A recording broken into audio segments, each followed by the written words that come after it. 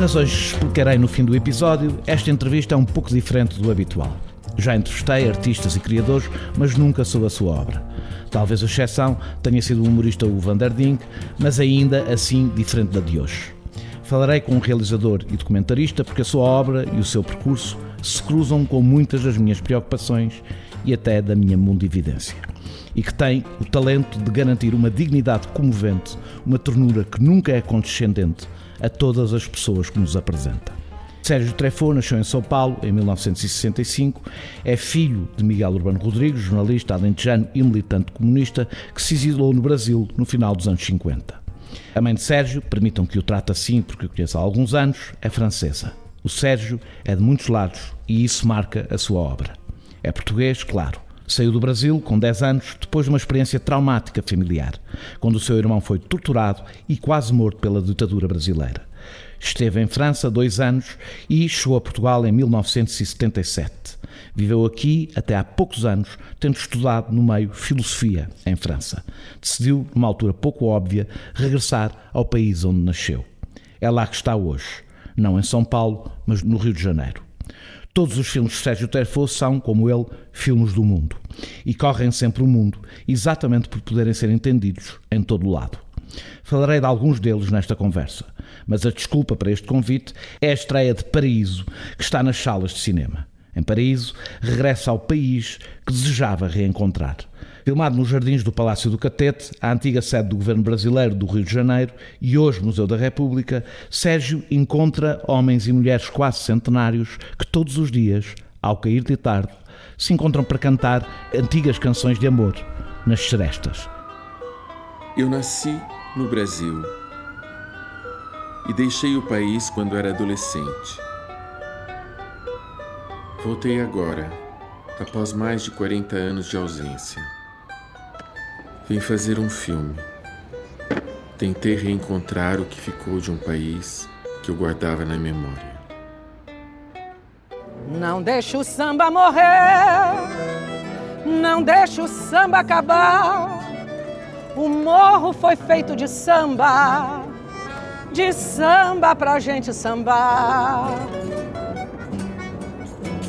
Quando eu não puder pisar mais na avenida,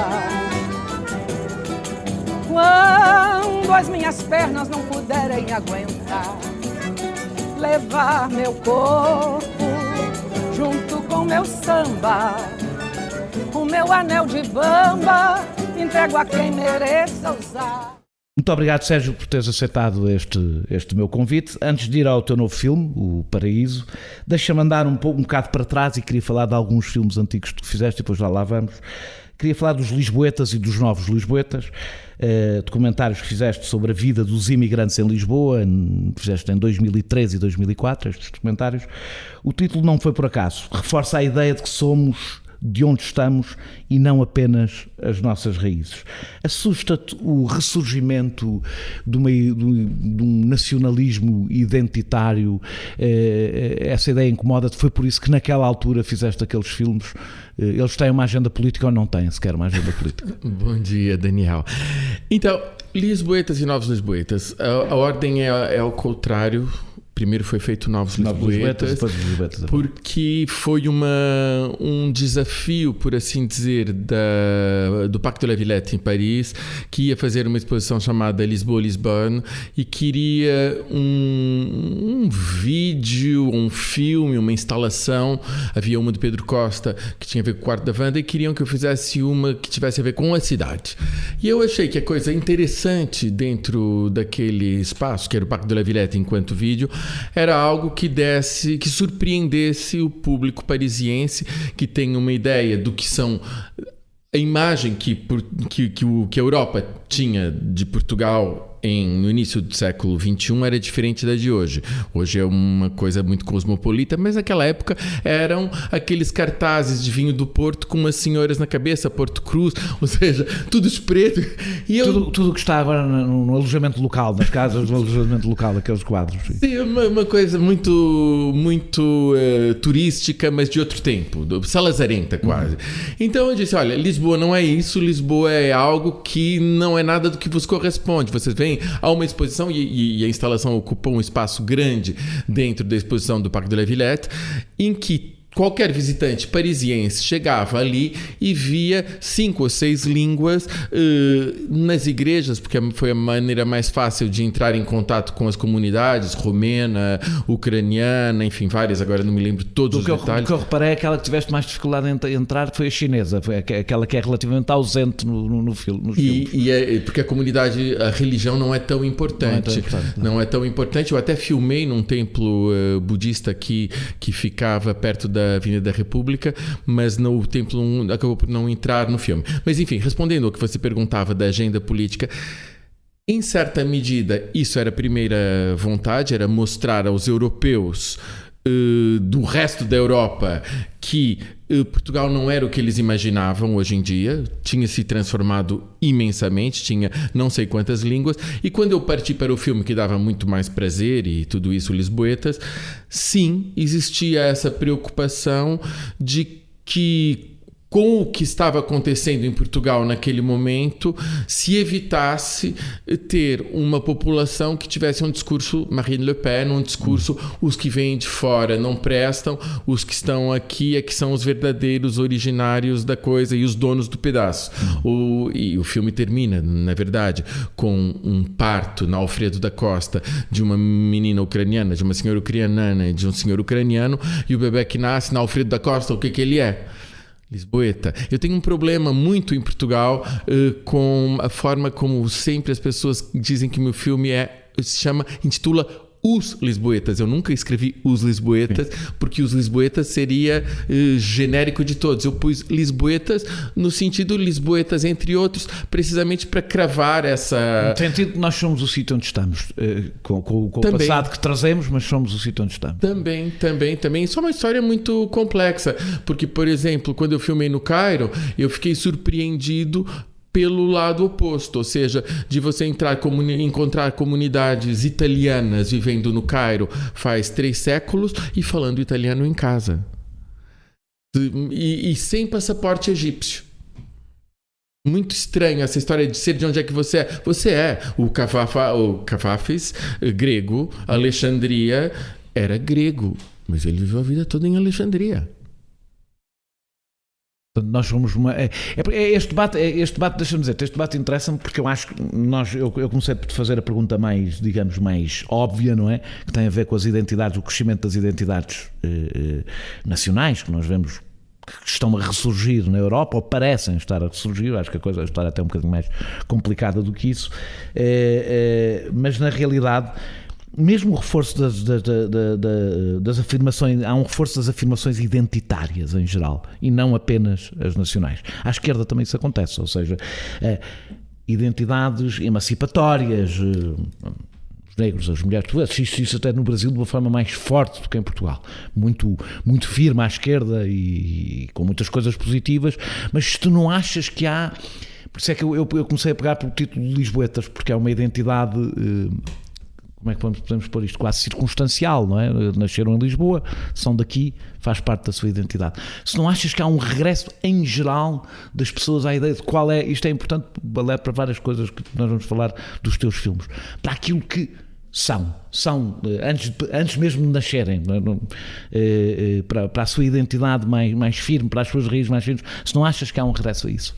Olha, eu vivi com essa questão desde que eu nasci, por isso. Por isso é que eu estou a fazer essa pergunta. Eu nasci, mas... A questão da tua identidade é especialmente importante. Eu, quando era pequenininho, não diria hoje, nunca o diria mais hoje, mas quando eu era pequenininho eu dizia...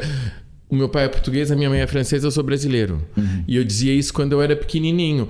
E mantiveste, eu, por exemplo, sempre te conheci com o sotaque, mesmo antes de ir viver para o Brasil, não é? Sempre eu saí do Brasil quando eu tinha 10 anos. Não, mas mesmo antes de regressar, durante os anos todos que cá viveste, mantiveste o sotaque. Não muda assim. Os açorianos de São Miguel são um pouco assim. Mas essa questão, voltando a... É uma questão, você falou do Brasil, muito importante da falsificação da aculturação também. O Bolsonaro tenta passar por cima da identidade do país originário, indígena, dizendo eles são brasileiros e acabou. Não existe índio separado de brasileiro. Dizer não existe índio separado de brasileiro é a verdade da guerra que existe de extermínio. É a mesma coisa que os madrilenhos dizerem não existe País Basco além de Espanha. E a mesma coisa que a Turquia dizer não existem minorias dentro da Turquia, não existem curdos, não existem armênios, etc. E existe tudo isso. E o lugar que você nasceu não é apenas o lugar que você nasceu, mas é a família que você pertence. No meu caso é um pouco esquisito, porque eu pertenço a uma família em que morreram os dois, meu pai e a minha mãe. A minha mãe era francesa de nascimento, mas franco-italiana de sangue, e o meu pai era um português cujo livro de cabeceira era o Dom Quixote e que odiava a Espanha, mas que era fascinado por Espanha e pela América Latina. Então cresci nessa confusão, e o Alentejo era a terra dele. Cresci nessa confusão, mas a luta com o Lisboetas, voltando à tua questão, é um filme que tenta que Portugal não tenha imediatamente o Chega quando ele, na verdade, vem aparecer mais tarde. Pronto. Se calhar já cá estava, não é? Só que não tinha era partido, não é? Durante muitos anos nós falávamos de Portugal para pessoas que não eram de Portugal. Olha, aqui é o lugar em que não existe representação parlamentar da extrema-direita. Aqui é o lugar onde, estranhamente, a esquerda e a direita falam do fenômeno de miscigenação com carinho e não com ódio, enfim. Não, mas isso passou. O que é que tu notas diferente quando achas que, por exemplo, quando fizeste os Lisboetas ou Novos Lisboetas hoje, a reação seria diferente, o debate seria diferente e o próprio filme seria diferente? A realidade é diferente, não é, Daniel? A realidade é totalmente diferente. Aliás, ela se alterou muito depressa. Houve no começo do século XXI um território de oportunidades em Portugal, que era a facilidade, a integração, no final do século XX, a integração na União Europeia. Portugal tinha deixado de ser um país visto como um país pobre, mas um país de oportunidades para asiáticos, brasileiros, romenos e ucranianos que vinham de países mais pobres. É sempre essa história, vem-se de um país mais pobre para um país onde a possibilidade de integração econômica existe. Depois, a integração cultural é toda uma história diferente. Os chineses, como você estava falando, viverão sempre maioritariamente numa bolha nas comunidades europeias. Mesmo assim, começam a aparecer nos movimentos antirracistas e movimentos imigrantes os primeiros chineses e as primeiras chinesas, mas são de segunda geração, não são de... Ou seja, já houve alguma integração. Em Raiva e no Alentejo, foste às origens alentejanas do teu pai, que já falaste aqui algumas vezes. No Paraíso vais até com algumas semelhanças com o Alentejo, mas a gente já fala sobre isso, porque é que eu acho que há algumas semelhanças às tuas próprias origens brasileiras. Os teus filmes são sempre um retorno à tua biografia. Olá, eu sou a Raquel Marinho e pode ouvir o meu podcast de poesia associado ao Perguntar Não Ofende em opoemaensinacair.pt. Eu acho que eu aprendi a dar valor a fazer coisas que são importantes para você. E a única encomenda que eu aceitei duas encomendas, na verdade.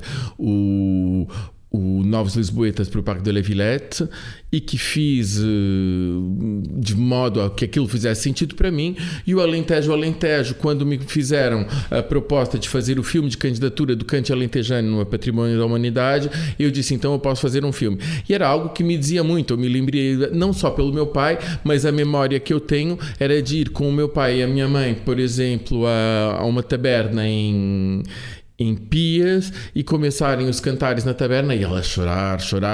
Era uma coisa, aliás, foi assim que ele seduziu a minha mãe, o meu pai. Então, sim, eu falo das coisas que me dizem respeito e não tenho uma incapacidade técnica de escrever ou de fazer sobre outra coisa, mas acho que deve haver pessoas que têm mais motivação e que para quem terá mais sentido escrever ou filmar do que eu. Já fui jornalista e uma impressão que eu tinha quando era jornalista, que numa situação de 2 anos no Semanário, que era um jornal muito conservador, era uma coisa de grande liberdade, onde eu tinha de escrever sobre coisas sobre as quais não sabia. A minha ideia de jornalismo era muitas vezes: tem que escrever uma coisa essa semana sobre isso. Eu não sabia nada daquilo. E eu tinha de estudar durante uma semana ou coisa do gênero para ir mergulhar. Então eu tinha de fazer de conta que sabia do que não sabia. E acontece muito isso da minha visão dos correspondentes internacionais que chegam ao Afeganistão, à Coreia, de sei lá onde, e em 2 dias tem de estar escrevendo, mesmo há uns que são muito sérios e se preparam antes, mas mesmo assim há um grau de... Não conheces a realidade, não é? De fazer de conta. Tive essa conversa com a Alexandra, Lucas Coelho, que falava da sua paixão por escrever a um lugar em que se chega, e eu acabei por ir parar ao documentário pelo tempo, pelo valor que você tem, mesmo que você faça a coisa mais simples do mundo, em mergulhar e ter uma situação dentro de você relativamente dominada quando você faz um retrato. Há qualquer coisa de resistência em todos estes teus filmes, acho eu. Resistência política, resistência cultural e até resistência social, a de manter, por exemplo, formas de socialização que estão a desaparecer. Isso, por exemplo, parece no Paraíso, também um bocadinho no Alentejo, mas sobretudo no Paraíso. Consideras-te a ti próprio um resistente, porque, ou seja, tu tratas sobretudo de coisas, como é que é dizer, isso é muito, muito visível no Paraíso, que estão a desaparecer. O Paraíso é um filme que retrata pessoas que você sabe que vão desaparecer muito depressa. Elas estão entre os 80 e os 100 anos e uma parte do que elas têm, aquele tesouro humano de saber e de músicas, pode vir a desaparecer. O Alentejo é muito mais isso ainda, porque culturalmente você está falando de cante alentejano, que é vagamente ressuscitado à força e ao longo de muito tempo é um fenômeno cultural menos vivo do que as serestas. As serestas, tradução, seriam serenatas aproximadamente. É um fenômeno musical brasileiro que existe e que continuará a existir. A diferença entre o Brasil e Portugal nesse campo, e Rio de Janeiro, por exemplo, é que você tropeça de esquina em esquina numa atividade musical. A música faz parte da identidade brasileira como algo de totalmente permanente, e você verá no Rio de Janeiro, você tem as rodas de samba, as rodas de choro, os forrós, e isso é de esquina em esquina que se contamina. Você está numa casa, você está ouvindo a música do vizinho da frente direito, do vizinho da frente esquerda, o morro longe. A música é algo que não para. Resistente, você pergunta. Os meus filmes são uma forma de intervenção política, de dizer alguma coisa em que eu acredite. No caso do Paraíso, tem a ver com o velho Brasil em desaparecimento, por oposição ao Brasil da Globo, por oposição ao Brasil feroz que está aí antes do Bolsonaro. Não é uma coisa Bolsonaro. Há um filme muito importante que foi feito, mais um documentário muito jornalístico pela Dorit, que é a editora da Piauí, que recuperava famílias que ela tinha filmado no final dos anos 90, ou em meados dos anos 90, e essa família nos anos 2010, ou seja, após a prosperidade Lula. E existe essa enorme ambivalência e dolorosa para as esquerdas, que é ver a prosperidade que o Lula trouxe e tirar as pessoas da pobreza fez com que uma forma de ser brasileiro e de valores fosse ultrapassada pelos novos valores dos filhos, que agora tinham dinheiro, que agora viajavam de avião, que agora passavam férias nas Maldivas, mas cujos valores eram os valores da TV Globo, em vez de ser aqueles valores de pessoas que, embora tivessem pouca educação, tinham valores humanos muitas vezes maiores. A esquerda não está condenada a viver sempre isso, ou seja, a bater-se pelas melhores condições de vida para as pessoas, e quando isso acontece, as pessoas passam a ser outra coisa, não é? E se calhar, ou seja, a destruir o seu próprio romantismo sobre as classes populares, etc. E as pessoas chegam a um determinado, quando ganham de repente um determinado capacidade financeira, cultural e outra, querem, na realidade, aquilo que a esquerda não gosta muito. Estou a ser provocador. Não nada de provocador tudo isso. É algo em que a gente vive e se preocupa o tempo todo. A história da ex-União Soviética ser o país dos católicos conservadores, a história da Polônia ser a extrema-direita, a história das transmissões de voto, são algo que a gente já se acostumou a lidar com e que não é isso que te impede de ter os teus valores. Mas na União Soviética até pode ter... Isso aconteceu porque correu mal. No Brasil aconteceu porque correu bem. Ou seja, houve imensa gente que saiu da pobreza no tempo do Lula e depois queria o que via na Globo. Não queria obrigatoriamente o que a esquerda achava que queria querer. Nem mais, mas enfim, as falhas do Lula são ainda outras. Se ele acabou por perder toda essa parada no pós-Dilma e tudo isso, tem a ver com muitas coisas que eles não conseguiram lidar, e a principal foi não saberem lidar com os evangélicos. Os evangélicos que eram quase inexistentes no começo dos anos 90 e que hoje ocupam mais de um terço do... Não souberam lidar como? Não nos vamos desviar muito por aqui, mas não souberam lidar como? Como é que se podia lidar? Meu querido, cada um tem as suas visões do mundo. A minha será... com os impostores absolutos, há que encontrar uma solução para os abater. Ou seja, quando você tem à frente um impostor que terá a capacidade eventual de transformar completamente um país, você tem de encontrar... Vou te contar, eu acho que posso contar isso, eu vou contar um segredo absoluto, porque ela já morreu. Eu tenho uma prima direita do meu pai, Maria do Carmo Medina, que durante bastantes anos era Procuradora-Geral da República em Angola. E a Maria do Carmo recebia todos os anos um pedido de legalizar uma religião, não vou dizer qual, em Angola.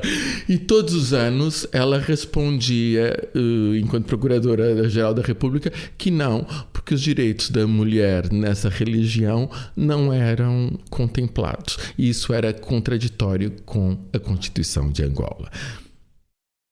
Há mil maneiras de você lutar contra os inimigos a um dado momento, quando você sabe que eles têm todos os poderes. Eu não sei quais são as formas relativamente a Portugal, por exemplo, o Chega. Eu acho que a melhor luta recente é o Ricardo Araújo Pereira a mostrar o quanto são atrasados mentais. Mas houve um período que eu achava que a melhor maneira era o silêncio absoluto, mas são as várias maneiras que você tem de lutar contra o obscurantismo. No Brasil, dos evangélicos, eu acho que Lula e Dilma não souberam encontrar os instrumentos que tem de se encontrar nesse momento. Será que é dar mais instrução? Não sei. Houve filmes que foram feitos, mas essa questão é gigante. A outra questão gigante são as milícias. Amanhã, se quiser, o Brasil está na possibilidade de ter golpes de Estado, eventualmente por milícias, que o Lula não conseguiu resolver. A criminalidade da droga não se conseguiu resolver. Acabar com as milícias significa possivelmente legalizar a droga, significa coisas muito... Acabar com os privilégios dos militares é uma coisa que não sabem como é que vão fazer. Os militares no Brasil têm privilégios enormes. Uma filha de militar terá pensão até toda a vida. São privilégios muito grandes que ficaram da ditadura e que nenhum presidente teve coragem e poder de lutar com. E há coisas que nem o Lula, nem a Dilma tiveram. E os evangélicos, como é que vão se livrar deles? Eu não sei, não tenho a receita, mas enquanto você não se livrar do obscurantismo absoluto... Deixa-me voltar um bocadinho para Portugal e para filmes do passado. Em Raiva, revisitas uma história de resistência política. És muito marcado pela história do comunismo, da história comunista do teu pai, que, para quem não sabe, eu já disse no início, era o jornalista Miguel Urbano. Continua a ser o teu pai. Foste muito marcado por essa mundividência comunista, independentemente de tu não seres do Partido Comunista, foste muito marcado por isso. Olha, a minha visão, como eu não nasci no Brasil, que era um país onde não se podia falar de política porque havia muita perseguição na época, eu não tive um contato imediato. Eu tinha 6 anos, fomos para o Chile e no período do Allende, 5, 6 anos, e vi as manifestações de rua e ficava em casa de pessoas que eram super militantes, Allende na época. E quando meu pai e a minha mãe me deixaram em casa desses amigos e vieram me buscar alguns dias depois, eu perguntava: papá, tu eres comunista ou anticomunista? E o meu pai dizia: tu não podes me perguntar essas coisas quando voltarmos para São Paulo. E o meu pai não era comunista quando saiu de Portugal. Ele se tornou comunista no Brasil. Ele se tornou comunista de uma maneira muito cômica, de alguma maneira, porque ele fez parte do ataque ao Santa Maria, ainda não como comunista, mas como uma pessoa que era contra o colonialismo e que queria, contrariamente ao Henrique Galvão, libertar as colônias realmente, e que se tornou comunista na parte final dessa aventura, quando o navio chegou lá e que os espanhóis e os portugueses que estavam no navio para libertar Espanha e Portugal dos seus fascismos, quando essas pessoas foram colocadas nos centros para se prepararem militarmente, por assim dizer, e ele foi para a África procurar apoio na Guiné-Conakry, do Sangor não, do Senegal, perdão, e depois conseguiu o apoio de uns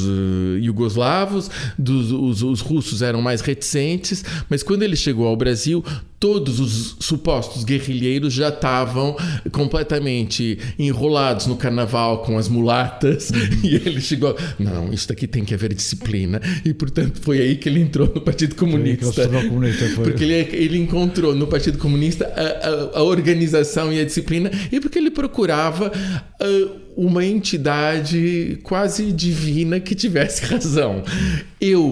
A minha experiência de verdade política, verdade é uma palavra, mas de justiça sobretudo, foi o horror que eu vivi quando era pequeno, e das perseguições e essas coisas. E quando eu comecei a sentir a realidade social mais forte, foi uma coisa do meu pai, que não tentou nunca me doutrinar depois dos 10 anos, tentou uma vez e funcionou muito mal, mas sem grande experiência. Ele era mais do gênero mandar uma carta para que a pessoa para me inscrever nos pioneiros na França, mas não deu certo. E aqui em Portugal a coisa que deu certo muito... Nunca foste dos pioneiros? Nunca fui de nada disso. Mas deu muito certo foi ele querer que eu saísse de uma realidade privilegiada de universitários e de jornalistas, na qual eu conhecia as pessoas, que eram os amigos dos meus pais, muito mais. Eu nasci, os meus pais tinham 40 anos, isso é algo de importante.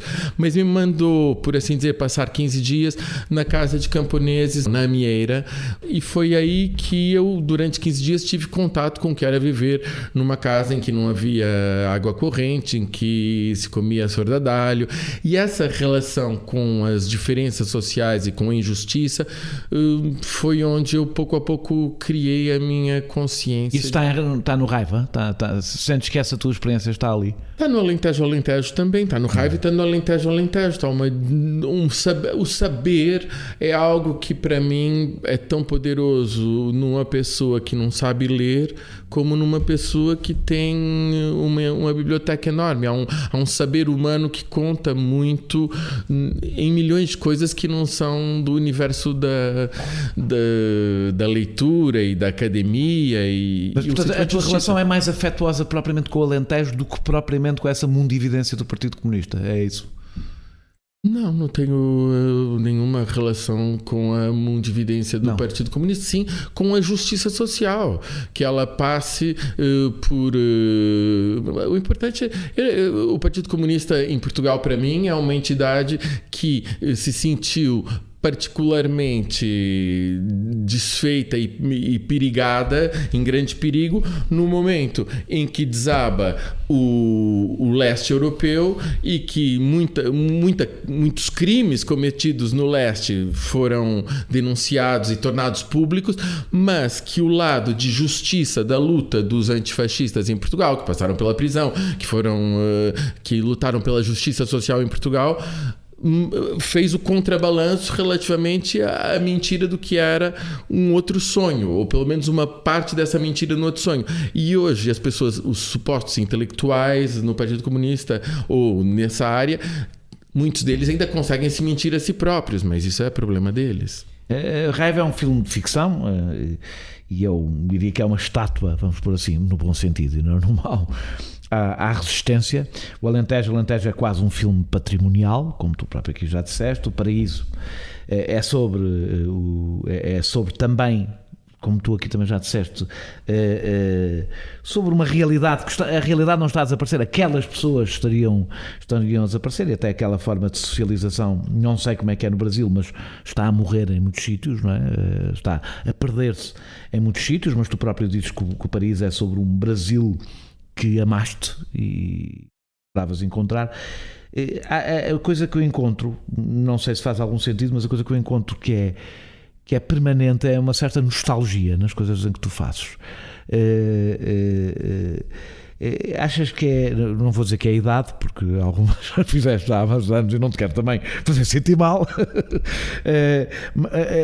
mas será a idade, ou achas que é o tempo que vivemos que te leva a essa nostalgia, ou andares a mudar de lugar muitas vezes, que também provavelmente puxa? É a única experiência que eu tive de viver no estrangeiro, tornei-me bastante mais nostálgica em geral, não sei porquê, e não era propriamente saudades de casa, era uma coisa um pouco mais... O desterro leva-nos a ser um pouco mais nostálgicos.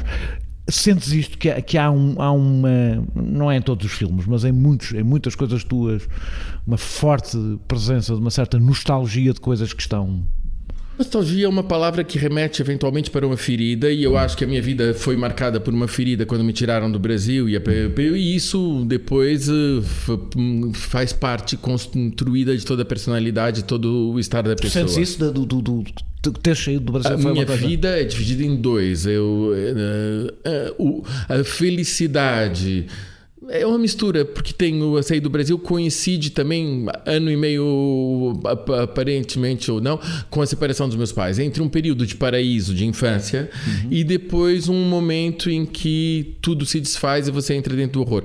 Mas eu quero voltar um instantinho, desculpa, você falava do Raiva, e eu queria explicar uma coisa melhor que tem a ver com a adaptação, porque o Raiva não é um filme que eu escrevi do meu punho, é uma adaptação de um livro, que é o Seara de Vento, do Manuel da Fonseca, livro que foi proibido pelo Estado Novo e que tinha essas duas vertentes. Tinha uma vertente da enorme justiça e da secura da literatura do Manuel da Fonseca, que escrevia muito bem, era muito seco, era muito bonito, muito seco, e que exprimia a injustiça e a vontade de lutar por uma justiça. Mas, ao mesmo tempo, o Manuel da Fonseca terminava o livro como podia, com a morte do herói. É uma espécie de western. Tem um herói independente, é um herói que E o teu filme sente-se muito o western. Sente-se muito. E em todo o neorrealismo, até no neorrealismo tropical, no Jorge Amado, você tem as personagens que se politizam. A personagem principal, de alguma maneira, adquire consciência política. É o que acontece em todos os livros do Jorge Amado. Nesse caso, no Seara de Vento, a diferença de alguns romances neorrealistas portugueses importantes, ele não adquire consciência política porque ele é um independente, um rebelde, um lonely man, como no western, mas a sogra dele, que é a mulher da terra, aquela que tem toda a história do Alentejo dentro dela, termina no filme dizendo, de alguma maneira, que a moral dele não era válida, e diz: um homem só não vale nada. Coisa que eu não guardei no meu filme, porque acabava, um homem só não vale nada, quer dizer, por outras palavras, todos juntos conseguiremos mudar o mundo, de alguma maneira. Univos, proletários, univos e mudai o mundo. Eu acredito completamente no poder dos sindicatos, no poder da união, no poder de estarmos todos juntos para votar e mudar as coisas, mas não acredito no poder da ideologia que garante os céus a quem se inscreve numa causa ou num partido, e na boa consciência, sobretudo eu não acredito nada na boa consciência das pessoas que muitas vezes estão a se defender causas e essas coisas, e no fundo o que ficou raiva foi essa luta pela justiça um pouco órfã, mas eu tenho muitas dúvidas, aquelas pessoas que vão para as organizações para a África para salvar os pobres e não sei quantos mais, acho que muitas vezes são pessoas que têm que salvar a sua própria identidade e seus próprios problemas antes de querer salvar o mundo. Os gooders, aquelas pessoas que estão cheias de boas intenções. Sim, mas eu por acaso acho que, quer dizer, o altruísmo nasce sempre de qualquer coisa egoísta. Isso não é obrigatoriamente mau. Ou seja, se a mola do egoísmo servir para ajudar os outros, acho que não estamos mal, mas compreendo. Eu também tenho uma certa dificuldade com os gooders. Mas há uma melancolia. Há uma melancolia, obviamente, melancolia. Todos os filmes têm algo mesmo começando. O Outro País é um filme sobre a Revolução Portuguesa que eu pessoalmente consigo rever o filme, chorar de alegria num momento quando o Chico Buarque está cantando ainda está cantando a primeira versão de Tanto Mar, a primeira versão, Estás em Festa, pá, e é muito bonito com as imagens, e depois você, tal como o Pia Holmqvist, o cineasta sueco que fala da Revolução e dos sonhos da Revolução, é um filme que reúne, o meu primeiro documentário, que reúne os cineastas do mundo inteiro que estiveram aqui e que sonharam com a Revolução e que de alguma maneira vieram do Chile, vieram do Vietnã, vieram com sonhos da Guerra Civil Espanhola, vieram com todos os sonhos de mudança do mundo, e que aconteceu durante 2 anos as pessoas serem livres em Portugal e aquela panela de pressão que explodiu, e de repente há uma entrada na normalidade que é vivida de maneira diferente por uns e por outros, sem que todos os dias seja uma revolução, pelo menos. Até porque ninguém aguenta todos os dias uma revolução a vida toda. Exatamente. Olha, quando eu vim para Portugal, eu tinha um namorado da minha irmã que me chamava o 25 de Abril ambulante. Era mais ou menos assim. E eu sou desse clube. Eu preciso de algo de novo para me motivar. Não sou capaz de me manter estável e bem equilibrado se não tem um projeto completamente diferente que me dê entusiasmo. E tem pessoas que são assim com amores, não é? Tem pessoas que são assim com trabalhos.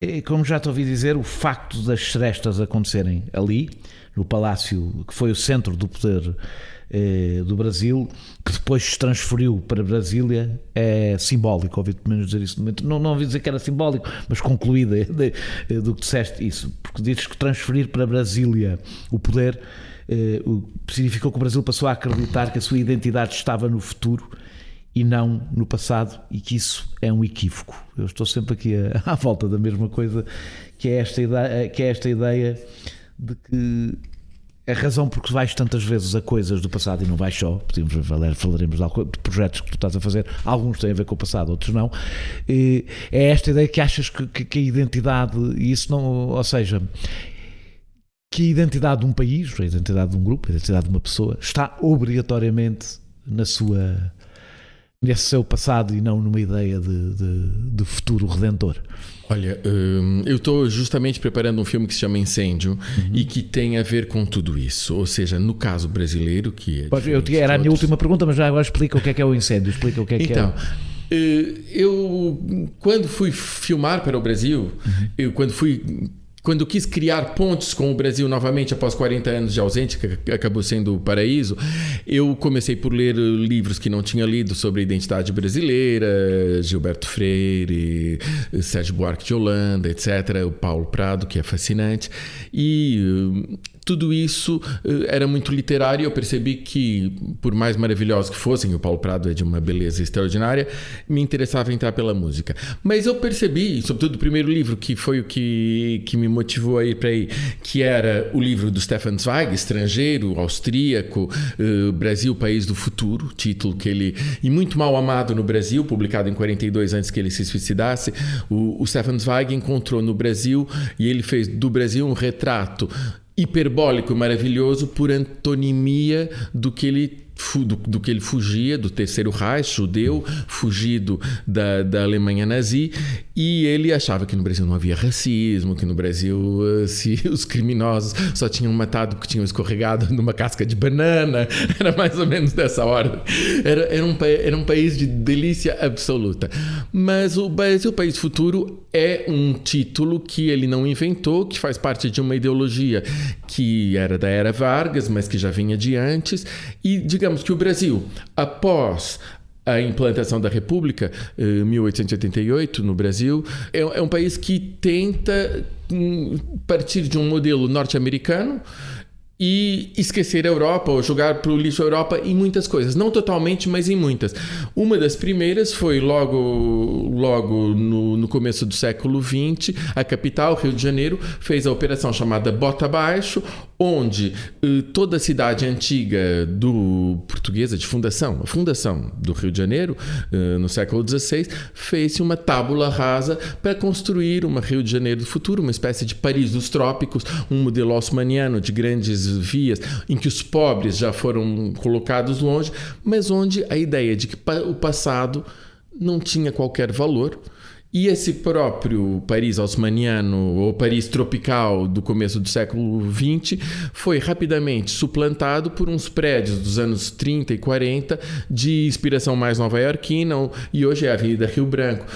Ou seja, o passado não deixou de ter valor, e a ideia de que o nosso valor está no futuro para os brasileiros, para o Brasil, é uma coisa que foi sempre sendo, sobretudo nas eras ditatoriais, Vargas, os grandes empreendimentos, mas que é uma coisa que vem do ideário, o ideário das ditaduras é fazer grandes empreendimentos.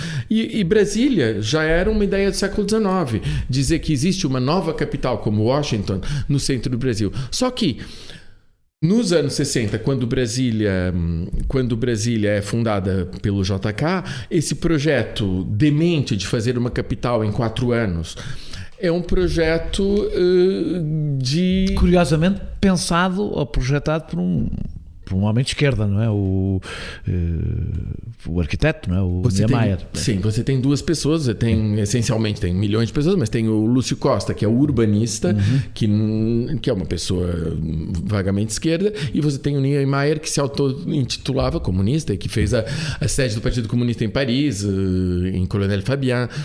Mas a ideia do JK, Juscelino Kubitschek, era repetir um grande êxito que ele tinha tido em Minas Gerais, quando ele era governador, e que ele fez uma zona nova com Lúcio Costa, com Niemeyer, de modernização de uma zona. E fazer uma capital em 4 anos, de repente com uma ideia de projeção de futuro, na ideia sobretudo do Lúcio Costa, mas da ideologia da época, o futuro são os carros. E fizeram uma cidade que hoje é totalmente obsoleta, uma cidade para carros, uma cidade em que as pessoas não têm lugar, uma cidade onde nunca ninguém quis ir.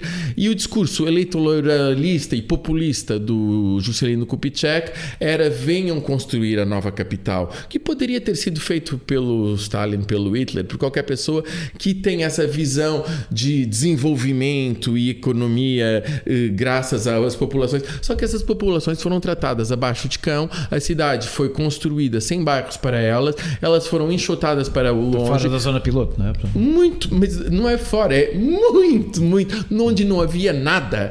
E você tem a mesma lógica que faz com que os últimos períodos da Expo 98, da Expo de Sevilha, fossem atropelados e fosse fazendo muita coisa. O atropelamento para que as coisas ficassem prontas em Brasília era uma brigada militar que chegava nos lugares dos operários que, se de repente protestavam com a comida ou faziam greves, eram varridos a metralhadora. Ou seja, há episódios... Desse ponto de vista, o Brasil consegue ser uma boa metáfora do próprio Brasil, não é? Brasília é a metáfora total, ou seja, as injustiças que o Brasil tinha e continua a ter, ali se encontram de forma muito cristalizada, com uma zona do poder dos ricos e as outras completamente fora. O filme de que eu estava falando se chama Incêndio. Porque... Nunca pensaste fazer nunca pensaste fazer um documentário sobre o Brasil? Não, nunca. Mas esse documentário tem a ver com isso. Ou seja, o projeto chamado Incêndio parte do que aconteceu há 2 ou 3 anos. Hoje em dia no Brasil as pessoas pensam sobretudo no Bolsonaro e o que vai ser depois. Mas o que vai ser depois, há problemas que vêm de antes e que têm que ser solucionados. O incêndio do Museu Nacional, que aconteceu há 2 anos, era um incêndio. O Museu Nacional... Incêndio é como se tivesse ardido em Portugal simultaneamente a Torre do Tombo, a Biblioteca Nacional, o Museu de Arte Antiga e o Palácio da Ajuda, uma coisa assim, tudo junto, e não sobrou nada, e era para lá de anunciado. Era onde estavam todos os vestígios arqueológicos, os vestígios antropológicos do Brasil, a literatura, sede do Império, sede do Dom João VI, enfim, todo esse patrimônio desapareceu. Mas não foi o primeiro. Falaram agora do incêndio da Cinemateca. Houve 5 incêndios da Cinemateca brasileira seguidos nos últimos 40 anos. E isso resulta só de incúria ou resulta de uma incúria em relação ao passado? Ou seja, da mesma coisa que estavas a falar em relação ao Brasil? Isso resulta de um espírito brasileiro que o que vale é o que vem do futuro, o que é bom. O que é bom é o novo. Os bairros, eu moro num bairro... Isso não acontece, eu tenho a ideia que isso acontece sempre no mundo novo, mas a gente estava a falar, tu achas que nos Estados Unidos não é bem assim? Estávamos a falar antes da gravação. Eu não acho que Buenos Aires seja uma cidade assim, eu não acho que Santiago seja uma cidade assim, Havana não é exatamente uma cidade assim. O patrimônio, a Vieja Havana, que é uma coisa interminável, está decadente, mas é hipervalorizada. No Brasil, uma coisa que se pode demolir, porque o fundamento disso é comercial, não é outra coisa. Quando você faz a demolição da Paris dos Trópicos, não é porque você quer pôr um prédio mais bonito. É com um prédio de 30 andares você ganha muito mais dinheiro do que com um prédio de 3 andares, e o patrimônio, foda-se. É mais ou menos isso. E essa questão dos incêndios, ela termina com os incêndios da Amazônia hoje em dia, e ela termina com toda a questão do patrimônio humano brasileiro, que é destruído e que vai ser exterminado. Vai ser.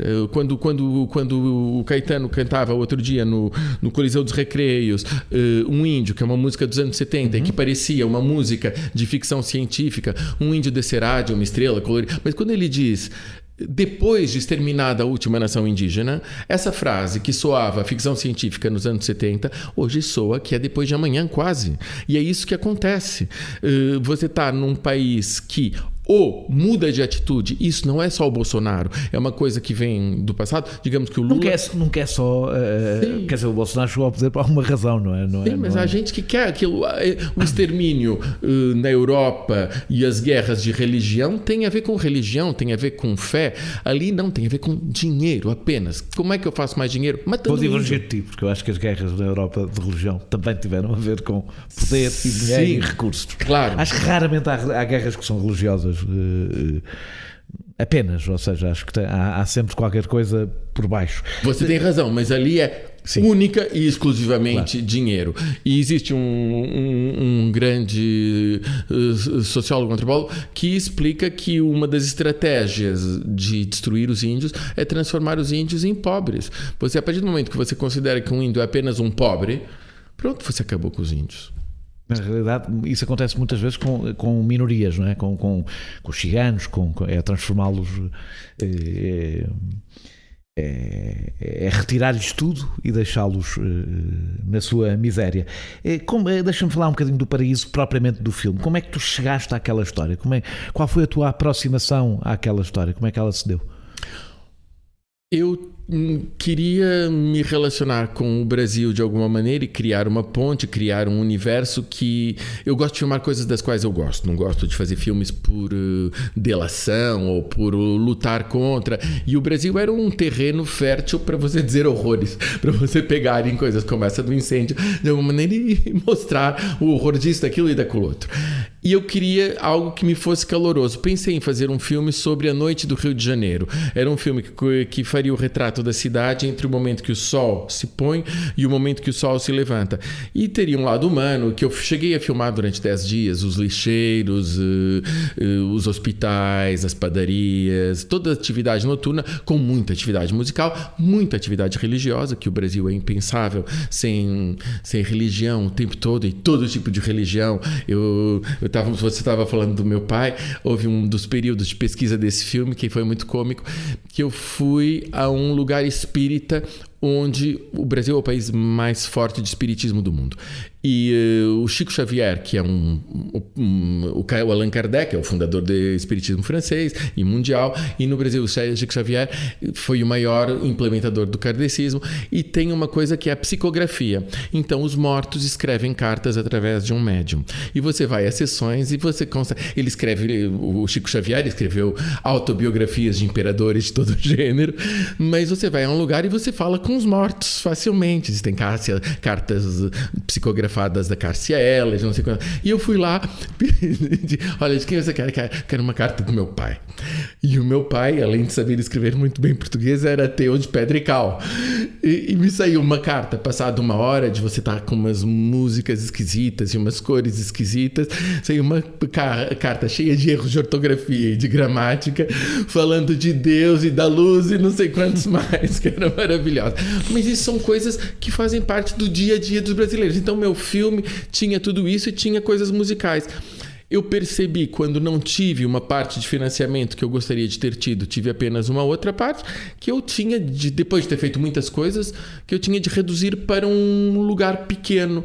E foi esse microcosmo do Palácio do Catete, do jardim onde se encontravam aquelas pessoas pelas quais eu me apaixonei logo. Já conhecias aquilo? Já lá tinhas ido? Fazia parte da pesquisa desse projeto. Okay. Ou seja, um dos lugares, ao cair da tarde, onde as pessoas se reuniam para cantar, era aquele. Eu já tinha começado a filmar. Então, circunscreveste a uma das coisas que irias tratar no outro documentário.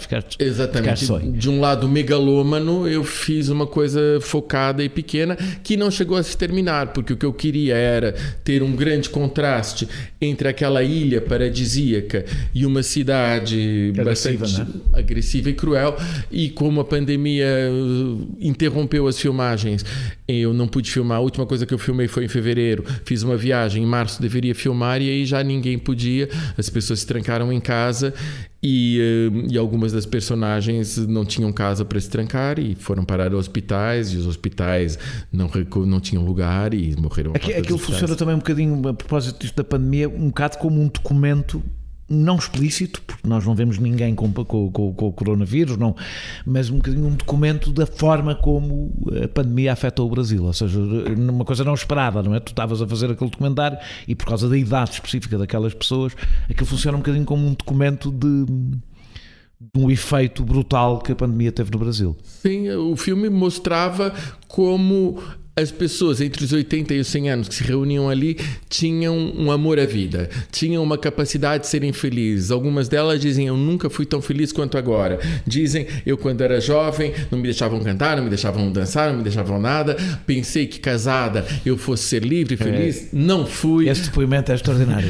E de repente, aos 80 anos, eu encontro a maneira de ser feliz. Isso era aquele lugar. Várias pessoas já morreram, algumas de coronavírus, outras de idade, outras por uma coisa que outros morreram aqui em Portugal igual, pela falta, como houve descontinuação, não sei se é essa palavra, dos tratamentos normais para pessoas que têm de fazer rastreio ao cancro e coisas do gênero, houve pessoas que não puderam ser atendidas. Tu estabeleceste uma relação pessoal afetiva com essas pessoas? Sempre, mas os documentários funcionam muito assim, Daniel. Ou seja, eu como... Não pões um filtro?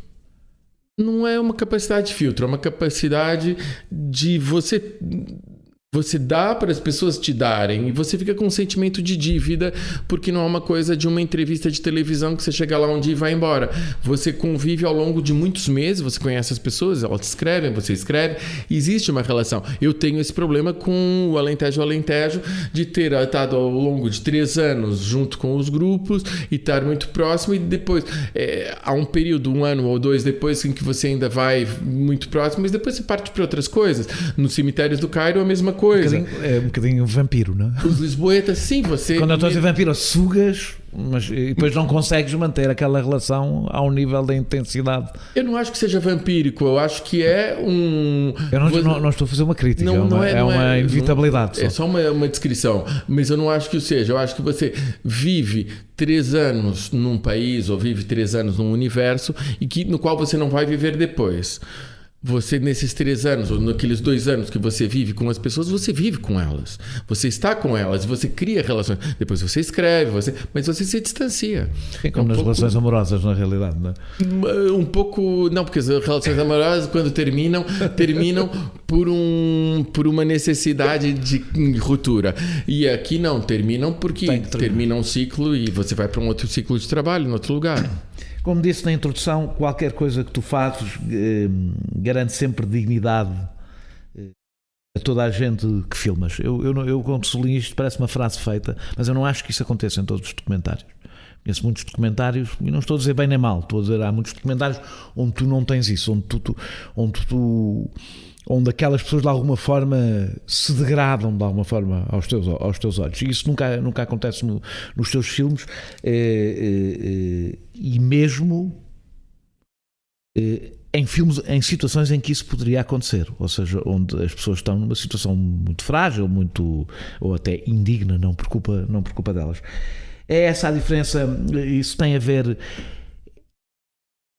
com isso que estavas a falar do tempo. Ou seja, uma das diferenças entre o jornalismo, por exemplo, e o documentário é que ele dá tempo para as pessoas ganharem densidade e, portanto, dignidade. Não. Quando se faz jornalismo, você tem um ponto de vista sobre o mundo e você tem um respeito pelas pessoas igual, não muda nada. Acho que mesmo que você tenha 3 horas para fazer alguma coisa, a tua postura da relação com as pessoas é uma postura da tua relação com o mundo.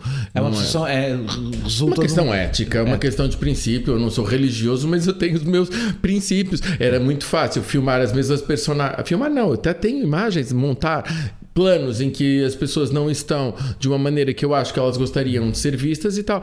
Um filme muito claro para mim. Mas mesmo neste filme, quando eu, por exemplo, estou a pensar nas imagens em casa das pessoas, que são poucas, não é? E que são casas, pelo menos aos olhos de uma pessoa de classe média, são casas pobres, não é? Portanto, não todas. Não todas. Mas há várias cenas que tu percebes que há ali uma grande pobreza. Às vezes tem quase só a ver até imagino eu, com a montagem, com a forma como aquilo surge no filme, já depois de tu conheces as pessoas, ou seja, já depois de tu teres não sei. Tem muita... A Beth, por exemplo, que é uma senhora que tem 1,40 m, ela não é o 30, não sei, ela não é anã, ela tem uma espécie de... que aparece mais no início, não é? Sim, e que tem uns braços enormes e que parece uma Alice no País das Maravilhas e que toda a gente se apaixona por ela. Ela mora num quarto que tem 2x3, no filme parece que ela mora lá sozinha, ela não mora com a filha, mas não havia espaço para estar a filha naquele momento, teria que puxar o colchão. E você não precisa... Eu até filmei a Beth falando ali, mas tem um lado de você deixar o espectador sentir as coisas sem que elas sejam demasiado explicadas, porque não ganha. Tem momentos em que, mesmo fisicamente, eu poderia pôr a Beth, mas ela não sairia sentada e ela não... Você respeita. Quando eu filmei com a minha mãe, por exemplo, foi um filme muito importante. Eu fiz o Fleurette, que é um filme sobre segredos de família. A minha mãe até... É um filme que quase toda a gente podia fazer. Toda a gente... Claro. Segredos de família é a coisa mais universal que existe. Eu tinha 30 e tal anos e descobri que a minha mãe francesa tinha uma parte do passado dela que ela nunca tinha contado. Eu estava morando na Alemanha e eu sabia que ela tinha tido um primeiro marido e conhecia a filha desse casamento, mas não sabia que esse primeiro marido tinha sido nazi, pró-nazi, e que a minha mãe, que depois se casou com uma pessoa que na época era progressista e mais tarde se transformou em comunista, eu descobri isso quando tinha 30 e tal anos, mas eu achava que ela era um monumento, queria fazer um filme sobre ela, e fiz um filme em que ela revelava isso, que ela tinha o primeiro exílio, a minha família, que é uma família de exílios, de Portugal para o Brasil, depois do Brasil para a Europa, etc. O primeiro exílio dela tinha sido da França, quando os aliados embarcaram na Normandia, para a Alemanha nazi. Uma coisa muito estranha, que ela, que eu conhecia da minha... Você me perguntou comunistas, não comunistas? A minha mãe, que não era comunista, trabalhava na Associação de Amizade Portugal-União Soviética, o RSS. E era onde eu ia buscar, às vezes, quando saía do Liceu Francês, onde eu estudava. E lá ou cá? Aqui em Lisboa, na rua de São Caetano, a Lapa. Eu sei onde é que é. Fui lá algumas vezes. E o primeiro trabalho dela foi em Paris, na exposição anti-bolchevique montada pelos nazis. Então, quando você faz um filme sobre o segredo de família com a tua mãe, nesse caso, e que é totalmente delicado, o que eu não queria de jeito nenhum era fazer um ajuste de contas. E eu vi filmes que eram um ajuste de contas. Mesmo que eu esteja me expondo a mim próprio o meu desacordo com ela, uma crítica a ela e tal, eu não o faço de forma a que o filme, na sua construção, seja um ajuste de conta. E nesse caso muito particular, antes de terminar o filme, eu mostro o filme para minha mãe. A única coisa que ela não tinha visto era o meu irmão falando, e ele era muito importante no filme, dizendo coisas absolutamente vociferando. E ela viu o filme e termina dizendo: a coisa que eu gostei mais foi do teu irmão. E o resto tinha passado, portanto não havia nenhum problema de falar do que não era aceite. Ou seja, você tenta fazer um filme em que você não está usando a pessoa em para teu... Não é um utilitarismo, não está instrumentalizando as pessoas. Existem outras coisas muito desagradáveis que são... do documentário, você filmar pessoas que você não utiliza na montagem. E aí você sente aquela história da dívida muito pior. No Paraíso, as pessoas que não estão no filme... Isso aconteceu. Aconteceu. Eles são 30 ou 40 e há 5 ou 6 que fazem parte mais integrante do filme. Isso aconteceu no Alentejo, de eu filmar 30 ou 40 coros e ficarem 6 ou 7 no filme. E isso acontece regularmente quando você filma. Tal como quando você faz... A reportagem é igual. Sim. Grandes pesquisas, umas coisas ficam. Só que aqui é um investimento maior e você tenta encontrar compensações. Por exemplo, o Tiago, não sei se você sabe perfeitamente quem é o Tiago Pereira. Então ele tem feito aqueles documentários sobre Portugal e aqueles trabalhos. Ele tem uma sorte enorme porque ele filma e coloca online. Sim. E essa parte está online. E depois a montagem que ele faz depois está lá. Mas pelo menos as pessoas... Para quem não sabe, o Tiago Pereira faz coisas sobre música. É mais isso, não é? Ele faz exatamente de uma maneira diferente, que é a dele e tal. Mas por um lado ele está resguardando e filmando aquilo que vai de fato desaparecer. Contrariamente ao Brasil, o que o Tiago filma, quando ele filma pessoas entre os 80 e os 100 anos aqui em Portugal que cantam coisas, essas não vão ter seguimento. Ao passo que no Brasil as pessoas... Ele faz quase trabalho de pesquisa e arquivo, não é? Ou seja, por assim dizer, isto não é nada despreciativo, pelo contrário, não é? Portanto, de recolher antes... Memória oral única. No meu caso, o que eu filmei é mais um espírito do que uma memória única, porque felizmente haverá no Rio de Janeiro e à volta outras pessoas que vão continuar a cantar aquilo. O Brasil que encontraste quando regressaste, eu não sei exatamente quando é que tu regressaste ao Brasil. Eu votei. Votaste nestas do Bolsonaro, não é? Votei no Haddad. Ou seja, eu sei que não votaste no Bolsonaro. Votei no Haddad, mas portanto, há cerca de 5 anos, não é? Eu cheguei ao Brasil em final de 18. Final de 18, pois sim, há menos, não chega a 4. E passei um ano aqui porque quando a pandemia esteve muito assustadora e eu não tinha o que se chama lá plano de saúde, que eu tinha na Europa, em Portugal particularmente, serviço de saúde que funcionava, era um perigo no momento em que nenhum hospital lá funcionava estar ali. Para cá. Eu vim em maio de 20 e voltei depois de vacinado em maio de 21. O Brasil que encontraste mesmo ainda não com Bolsonaro, mas apanhaste logo o início do Bolsonaro, é muito diferente do que estavas à espera. Eu sei que tu foste lá várias vezes, mas não é a mesma coisa, não é? Se é muito diferente do que tu estavas à espera de encontrar. Olha, há um lado do cotidiano que se mantém muito parecido e que é muito bonito e é muito agradável, muito maravilhoso, tudo no cotidiano, que você não sente imediatamente no cotidiano a questão do Bolsonaro. Você até sente que as pessoas evitam falar dos temas contundentes e têm uma vida, tentam ter. Mas isso do lado da pobreza, sim, você sente. O que é doloroso é quando você vê algo que tem a ver com a destruição do país de uma maneira geral. Politicamente, claro que o Bolsonaro, do ponto de vista dos cortes financeiros, de tudo que era educação e tudo que era cultura e tudo que era pesquisa, por exemplo, o Brasil é um país que, contrariamente a Portugal, investiu imenso ao longo de um século na pesquisa científica. Isso foi cortado para quase nada. Algo que tem consequências. É difícil criar hoje no Brasil? As pessoas migraram, não é? Aquela história das pessoas fugirem, fogem, os cineastas estão aqui, as pessoas que escrevem estão aqui, vão embora, têm ido embora e sonham voltar. Mas o que é mais doloroso, para mim, isso é meu subjetivo, é ver a destruição acumulada de zonas. Eu fui a Natal pela primeira vez e você sente que o que era uma cidade linda há 30 anos atrás foi destruído por uma especulação imobiliária selvagem. Almada, em Lisboa, eu sempre sonho que aquilo devia ser muito bonito, poderia ser muito bonito, mas não é. O Brasil, isso é numa escala terrífica. É gigante, todas as cidades. O Lévi-Strauss tem uma coisa engraçada, que quando ele esteve em Goiânia e em Goiás Velho, ele dizia: por que trocaram a capital de Goiás Velho, que era uma cidade portuguesa preservadíssima e lindíssima, para Goiânia, que está em construção nos anos 50, acho, 40. Trocaram. E hoje Goiânia é a monstruosidade absoluta, é aquela cidade que você, se pusessem uma bomba ali, não fazia diferença nenhuma. Ao passo... Sem as pessoas, claro. Claro, sem as pessoas. Ao passo que Goiás é uma cidade que acabou por ser preservada pelo fato de terem mudado a capital. E no Brasil não acontece muito. A maior parte dos casos que acontece é que aquela coisa antiga é destruída para que a nova fique no seu lugar e que tudo é destruído. E tudo isso é muito doloroso no Brasil. A destruição das cidades.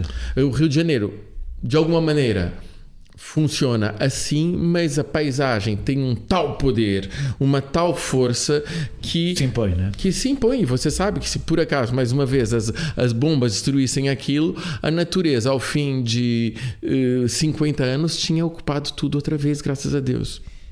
O Paraíso também mas também noutros filmes teus, celebras o espaço de encontro presencial entre as pessoas, o espaço de convívio.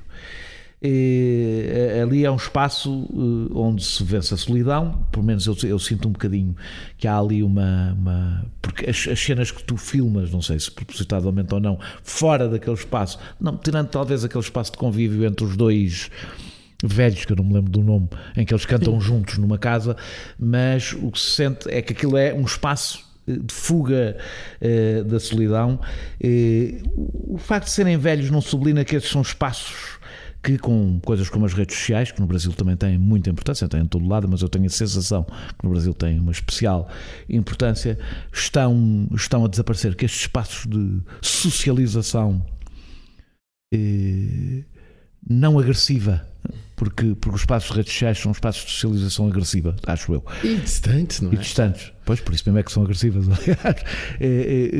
Também não, eu pode ser uma coisa a mim que me toca, mas eu ao ver aquele filme tive sempre essa sensação que aquelas pessoas estavam fora do seu tempo. As pessoas Na forma como socializavam, não é só a idade, não é só as músicas que cantam, mesmo na... são náufragos, são um pouco de Tu usas essa expressão. São náufragos da sociedade contemporânea, e eles que não só dominada pela TV Globo, mas por um outro tipo de música, por coisas que não, e por valores que não são os deles, e que todos os dias acordam sonhando com aquele lugar. Outras pessoas, eu falei de uma personagem que conta que finalmente ela foi feliz ali, há outras que estavam em alta depressão e que naquele lugar se potencializaram e conseguiu encontrar um palco. Há uma dimensão, e tudo isso que você falou, estou de acordo, e há uma solidão das pessoas, e que ali elas se reúnem, existem convívio, mas não se pode enganar, porque o Rio de Janeiro é uma cidade onde elas se reúnem ali e tem aquele encontro naquele momento, até fazem uma festa de aniversário, mas elas não se conhecem bem umas às outras. Isso, eu acho que até isso se sente. Incluindo nessa cena do aniversário, sente-se que não há uma relação de grande proximidade entre as pessoas. Não. E existe uma dimensão de elas todas sonharem ter um palco, elas todas sonharem ser ouvidas, e aquilo acaba por ser um encontro de solitários ou loucos de alguma maneira, que a um dado momento conseguem ter uma plateia. E a falta de ocupação das pessoas que deixam de trabalhar permite que uma população mais idosa encontre esse lugar para a sua felicidade. É exatamente isso. Ao passo que os mais jovens que trabalham normalmente vão para um outro lugar. Há uma cena que eu não sei se foi propositado ou não, eu é que prestei atenção, que enquanto alguém está a cantar, ou acho que estão a cantar, a imagem que se vê atrás, lá ao fundo, são jovens a tirar selfies. Eu não sei se foi propositada essa cena ou se não, mas lá ao fundo mesmo, eu reparei pelo menos, que os jovens estavam a tirar selfies e que há um contraste muito grande entre aquele modo de socialização, no mesmo espaço, aquele modo de socialização e o que hoje é dominante, não é? Total. O Jardim do Catete é uma coisa que era como se fosse em Lisboa o Jardim da Estrela, aproximadamente. Sim. Em estilo, com umas palmeiras imperiais, como você disse. Aquilo está muito ligado à minha infância e à minha juventude. Eu cresci no Jardim da Estrela. Então por isso aquele filme, aquela coisa diz-me muito, aquele cenário. Só que em vez de estarem a jogar cartas uns velhinhos no outro lugar, ali eles cantam. E ao cantar eles têm uma forma de expressão de sonhos muito forte. E cada um é uma Maria Callas, cada um é um Pavarotti a um dado momento. E esse grau de felicidade que eles têm, não é que eles cantem necessariamente bem. Há uma pessoa até que normalmente até desafina muito, mas ela tem tanta convicção, e que se veste de Rita Lee, que é a Alda, ela tem tanta convicção que a gente a adora cantando do jeito dela. É muito terapêutico para a maior parte das pessoas, isso é dito por eles, acaba por ser uma terapia, a possibilidade de estarem ali sendo ouvidas e vistas. João Moreira Salles, pelo menos ouvi dizer isso numa entrevista, disse ao ver a montagem do filme que aquilo era um sonho utópico de um Brasil em que se misturam raças e classes. Tu vês também aquele filme como uma alegoria política? O João tinha razão completamente com isso das classes sociais e das raças, não há menor. Ele disse também que o filme devia ser vendido nas farmácias, mas o fato de você ter brancos e pretos, brancos e negros juntos, convivendo daquela maneira, não é algo que não aconteça no resto do Brasil, mas é num mesmo nível horizontal. Ali é muito forte. E depois as classes sociais ainda muito mais forte, porque você tem pessoas ali, por exemplo, o Iderê, que tem uma cuidadora, e a Lavínia, que tem Alzheimer e que canta com ele. É a cena que eles cantam coisas latino, coisas, não sei se argentinas, não sei se são argentinas, mas são boleros. Em espanhol, sim. Eles são pessoas que cantam em espanhol, mas cantam em italiano. São pessoas que moram a volta do Jardim do Catete é uma zona de classe média alta, com apartamentos com vista sobre o jardim. O outro casal, que são os velhos noivos, que cantam aquela coisa, também são pessoas com posses, com meios, que moram ali numa casa que aparece só quando eles veem televisão, que é a casa dela, mas são pessoas que têm algum, e outras pessoas não têm meios nenhuns, e que são músicos ali, que um dos músicos que toca cavaquinho é daqueles distribuidores de Uber Eats ou coisa parecida. E mistura social é uma coisa muito rara no Brasil, mais rara do que aqui na Europa, imagino, não é? É assim Não é assim tão raro. tão simples de responder. O Brasil é um país de estratificação social de classes muito forte, em que as pessoas têm sempre presente a questão... É muito. O Brasil é um país de injustiça, ponto final, parágrafo. É um país de injustiça, é um país em que eu, por exemplo, não moro. As pessoas perguntam, é as favelas ou não as favelas? Eu não vou às favelas, mas eu para ir fazer compras na Glória, que é perto da minha casa, desço 10 minutos, e eu estou na Glória, onde estão dormindo pessoas no chão. Mas isso é uma particularidade do Rio, não é? Eu tenho a sensação onde os pobres não foram expulsos para a periferia, ficaram, pelas características físicas, não é? Pelas características do Rio, ficaram ali, não é? Ficaram ali nos morros e nos... Mas o que eu ia falar agora é das pessoas que dormem na rua. E essas têm menos condições de pagar, não têm sequer condições para pagar um aluguel num morro, numa favela, onde é preciso pagar um aluguel, e se por acaso não tem família que pague e os chefes do gangue não autorizam, elas têm que dormir na rua. E isso em São Paulo é muito forte, muito morador de rua. O que aqui se chamam sem-abrigo. Sem-abrigo, morador de rua, é uma população enorme que é mais pobre que a população das favelas. Você vai tomar café numa pastelaria em qualquer bairro da Zona Sul e as pessoas moram num morro, numa favela. As pessoas... Mas isso são pessoas que se cruzam na rua. A minha pergunta é socialização mesmo. Ali há uma socialização. Cantam juntos, não se ouvem uns aos outros. E isso existe no Brasil? Existe fora? É separado normalmente, mas a música é o que tem esse poder. Claro, se você for a uma roda de samba na Gamboa, você pode encontrar pessoas de classes diferentes. Só que ali elas se reúnem sempre naquele jardim as mesmas. É uma coisa... E é uma geração um pouco... E é regular. Também tem isso de ser muito regular. Mas depois há outras pessoas que nem sequer põem os pés. Ou seja, que nunca vão a uma roda de samba na Gamboa, nem a uma roda de choro. A música tem essa propriedade. As pessoas que moram na Barra da Tijuca, que é a zona onde mora o Bolsonaro, essas não devem vir a esses lugares de convivialidade, que existem para além daqueles existem. A música é o lugar da convivialidade, como o futebol. No futebol, você num estádio não enche só de ricos. Não, o futebol em Portugal cumpre a função da música no Brasil, acho. Da mistura, mas no Brasil também. Você tem uns lugares no Maracanã que não são para ricos, e você tem gente que consegue ir ao Maracanã. Estás com projetos em preparação, já falámos do incêndio, mas estás a terminar, não é? Que é a noiva, penso que estás a terminar, não sei se estás na fase de montagem, inspirado nas histórias reais de raparigas que se juntaram a combatentes do Estado Islâmico.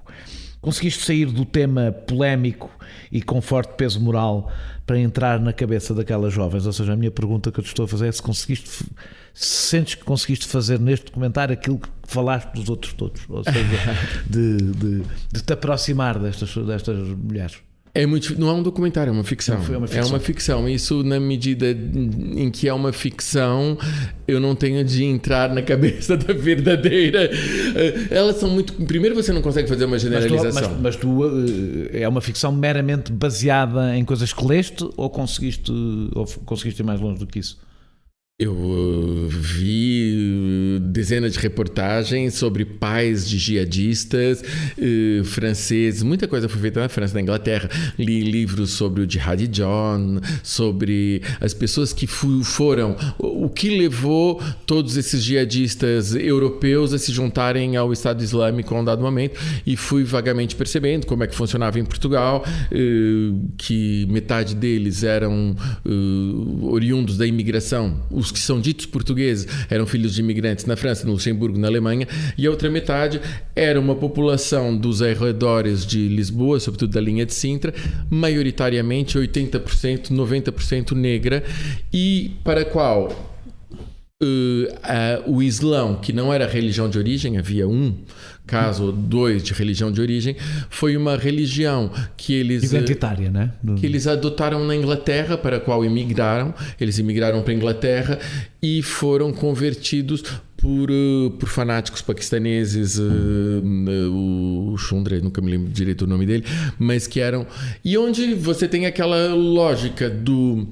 do Cassius Clay, que vira Muhammad Ali, em que descobre uma religião mais abrangente, mais aberta do que a religião, a melhor entrevista televisiva da história da televisão para mim, que é o Muhammad Ali explicando como é que se converteu ao Islão.